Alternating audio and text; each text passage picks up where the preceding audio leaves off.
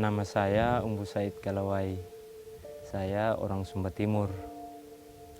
Saya lahir di pulau yang sering disebut Bumi Sandalwood.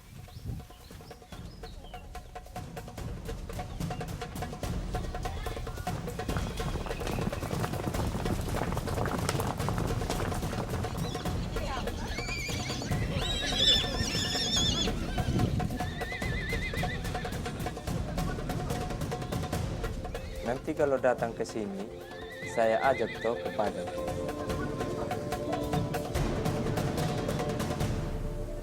Padang itu sebutan kami di sini untuk kasih tunjuk ladang savana, tempat kuda-kuda kami hidup. Menurut perhitungan terakhir waktu sensus tahun 2013 kemarin, jumlahnya sekitar 1.700.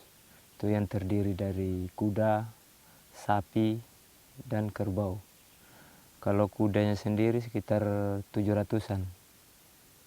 Ya, memang ternak di sini itu sebagai investasi. Misalnya kuda, itu biasanya digunakan untuk pacu. Kalau sudah ikut pacu, ikut lomba, itu harga kudanya meningkat.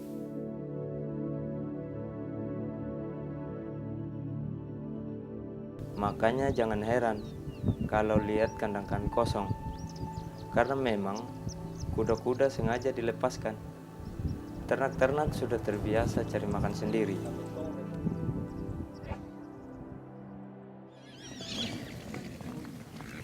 Cara usir ke kandang harus ada yang pimpin gembala. Kami di sini biasa kasih nama Koboi Sumba. Soalnya mirip penunggang kuda yang ada di film-film begitu.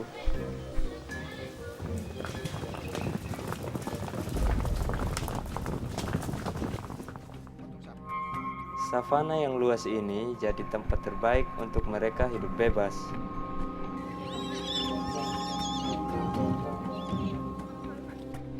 Namun, gara-gara itu juga kuda-kuda kami banyak yang liar.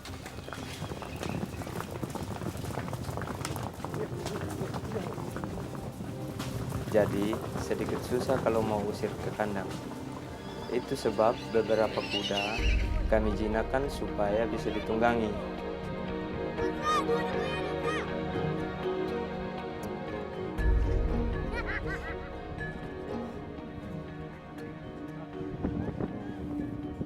Kebiasaan kami juga kalau sering ngusir ke kandang itu, pas mau dekat ke kandang, mau masuk kandang, jantannya langsung duluan masuk. Jadi induk-induknya sama anaknya itu ngikutin jantannya.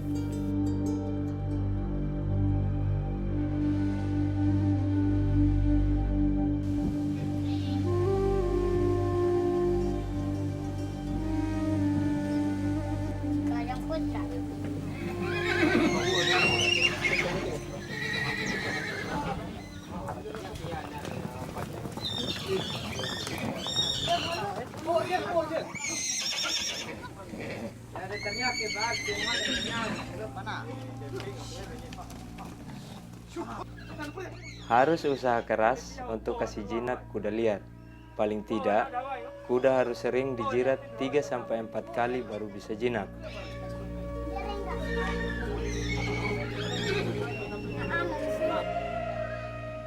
Kuda jantan yang biasa kasih jinak. Ini ada kaitannya dengan cara hidup kuda yang suka berkelompok.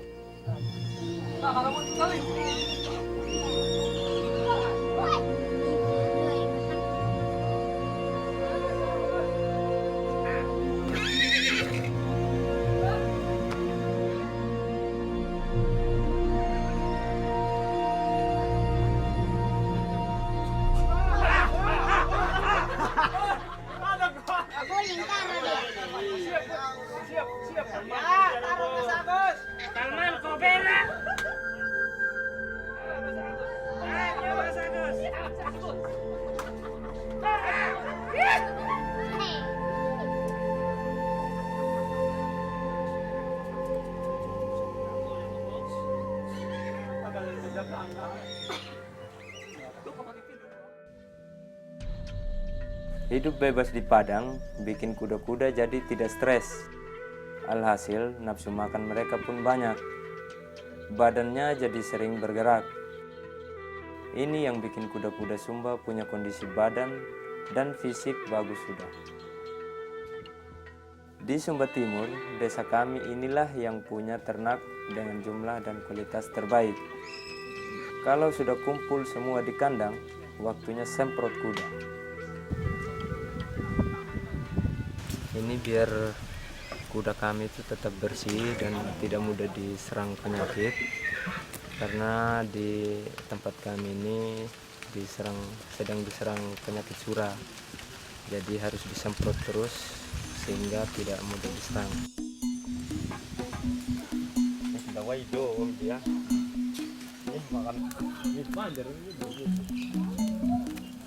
Sejak tahun 2010, ternak-ternak di Sumba Timur terserang penyakit sura.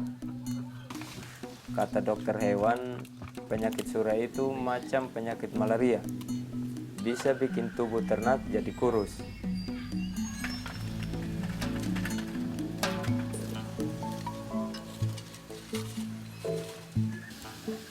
Virus akan cepat menyebar lewat luka yang terbuka. Itu mengapa penting sekali mengobati luka-luka ternak kami supaya cepat kering.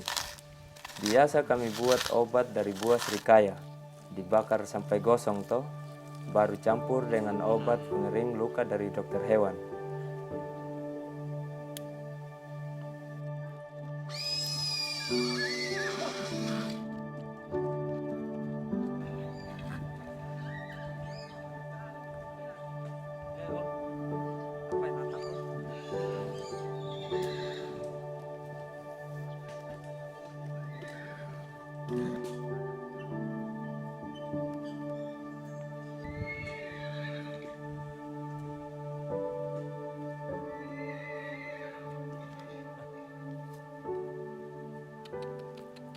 Untuk kuda peliharaan memang kedekatan sama tuannya itu sangat tinggi. Karena setiap harinya harus dimandikan, dikasih makan.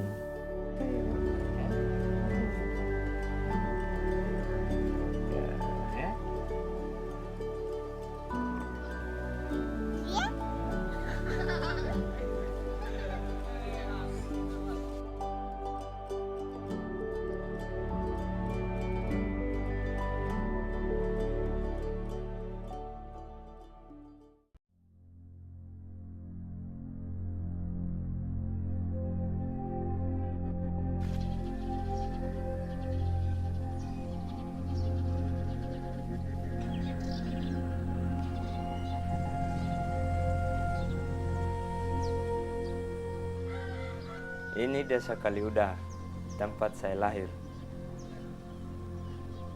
Adanya di Kabupaten Sumba Timur. Dari kota Wengapu sekitar 2 jam, baru sampai di sini.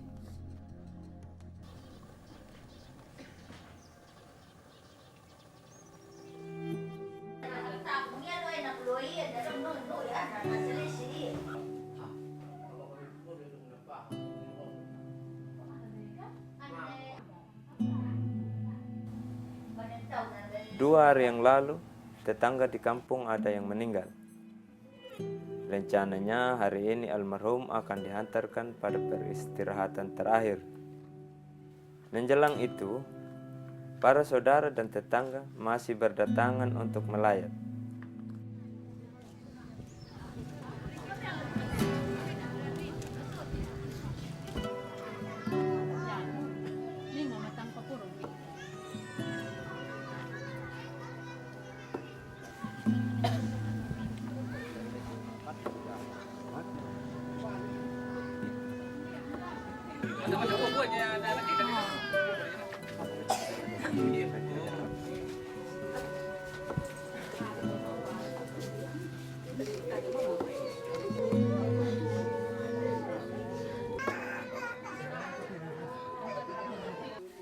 Kami di sini punya kebiasaan melayat sambil bawa kain toh. Ini ada maksud supaya bantu kasih bekal pakaian yang kelak akan dipakai almarhum di alam baka. Begitu kami punya tradisi. Itu sebabnya kain tenun buat kami menjadi simpanan yang sangat penting, bahkan hingga akhir hayat.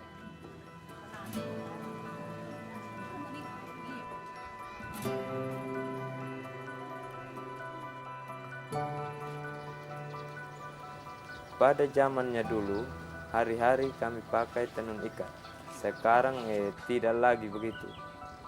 Kami pakai baju praktis. Zaman sudah berubah nah. Kain tenun hanya dipakai saat acara-acara khusus atau adat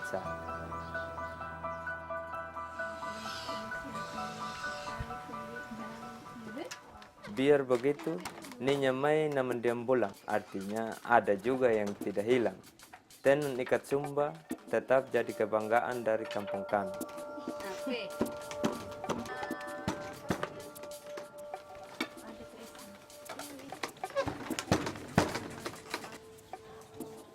Tanah Humbayana, tenun ikat terbaik, asal dari kampung Kaliuda sudah.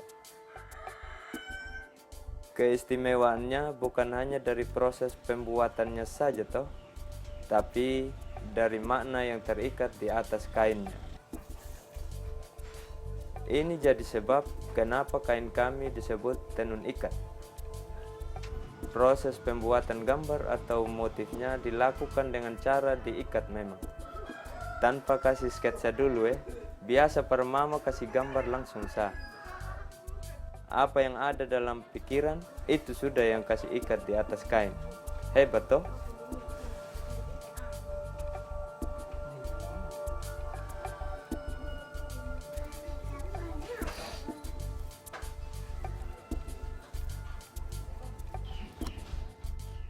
Mama punya cerita, cara ikat gambar bisa bantu hasil yang rapi, terutama saat proses kasih warna nanti.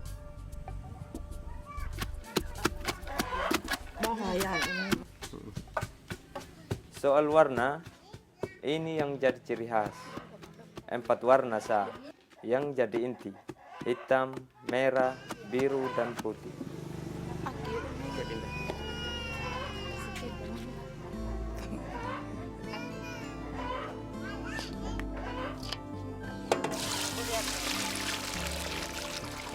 Dia punya warna pasti harus pekat. Makanya proses mewarnai dilakukan sampai 4 atau 5 kali.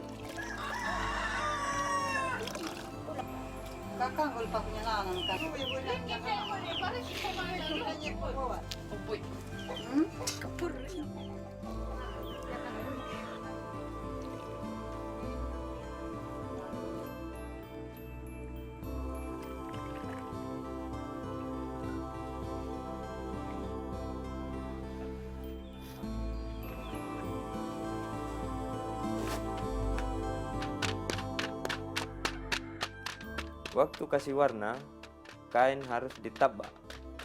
Dipukul-pukul dulu saya punya maksud. Soalnya benang suka menggumpal kadang-kadang. Jadi biar merata ditabak dulu kainnya.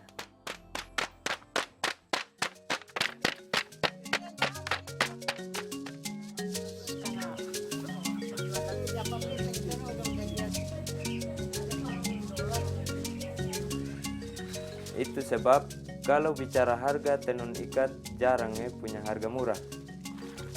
Pembuatannya 100% berasal dari kelihayan tangan seorang perajin kain.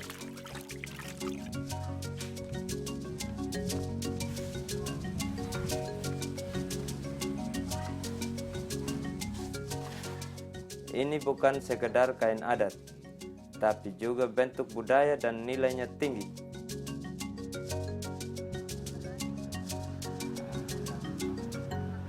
Ini Rambufoni, nyuna yena kuru mangkunyungkai. Maksudnya dia adalah istri saya.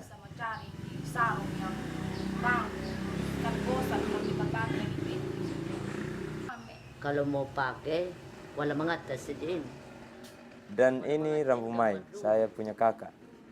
Rambumai hampir 30 tahun punya usaha dari tenun ini.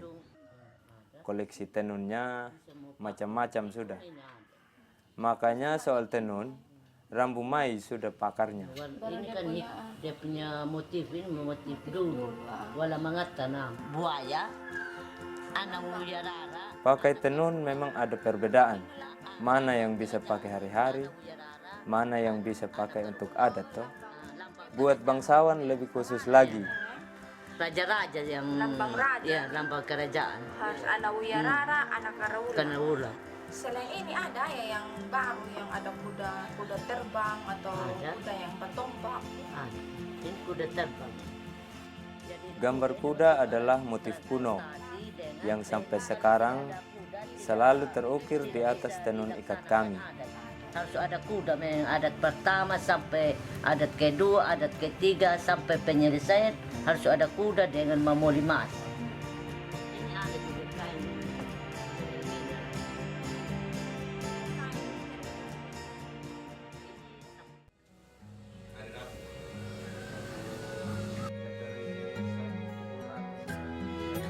Kalau saya Ini adalah Daeng Sila.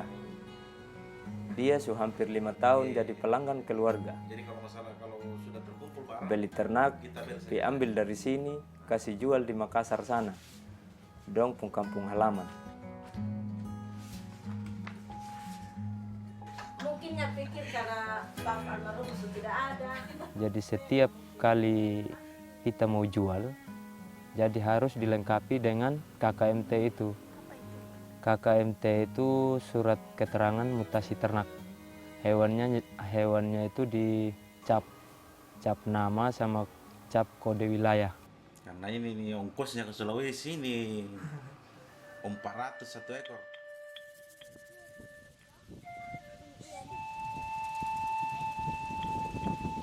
Sejarah punya cerita, sejak abad ke-19, Pulau Sumba sudah di tempat penghasil kuda terbaik di Nusantara. Waktu itu, kuda-kuda Sumba jadi alat transportasi untuk angkut kayu-kayu cendana, atau punya bahasa Inggris sandalwood, jenis kayu yang dulu banyak ditanam di daratan Sumba. Itu sebab kuda Sumba punya julukan kuda sandalwood, atau biasa kami bilang kuda sandal.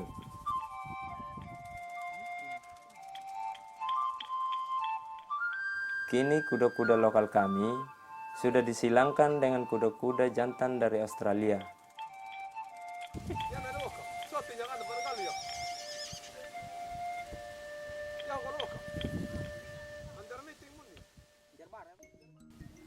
Persilangan bibit seperti ini punya manfaat untuk perbaikan keturunan dan juga mempertahankan populasi kuda asli Sumba toh. Peranakannya telah menjadi kombinasi kuda yang punya fisik tangguh.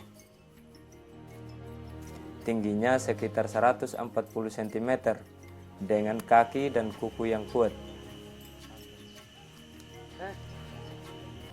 Makanya kuda sandal kami sekarang banyak digunakan sebagai kuda tunggang, kuda tarik, bahkan kuda pacu.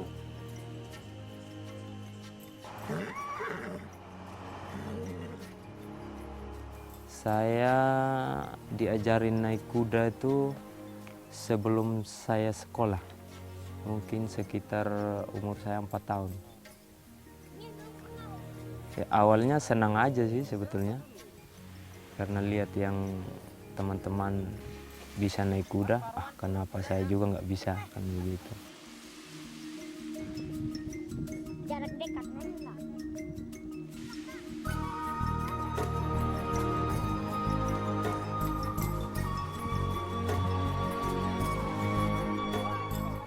Pacuan kuda adalah tradisi nenek moyang yang sampai sekarang masih berlangsung. Biasanya pas bulan 8, suka ada event pacuan di Pulau Sumba ini. Kalau begitu, kuda saya pun wajib turun pacuan. Soalnya, dengan ikut pacuan, harga kuda bisa bersaing. Apalagi kalau kuda kita menang, makin mahal sudah.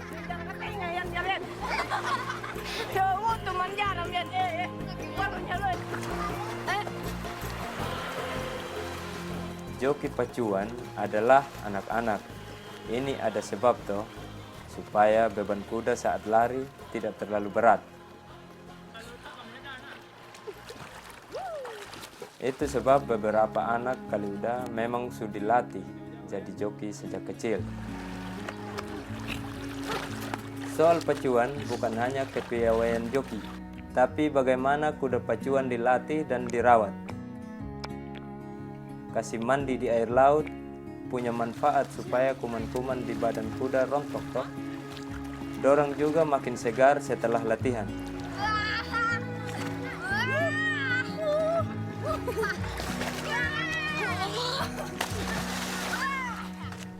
Biasanya makin sering kasih mandi di air, kuda juga bisa makin jinak, jadi gampang kasih kendali.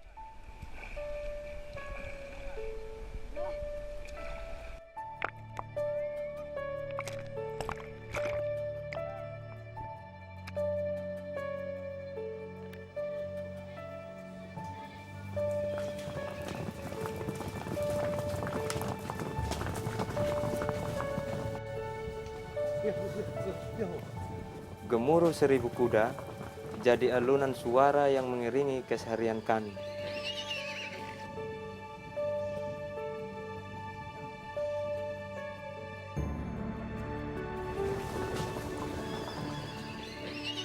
Keberadaannya telah terikat kuat dalam lembaran sejarah Tenun Ikat Sumba. Kebanggaan yang akan selalu terukir dalam sanubari. Saya bangga. Indonesia bagus.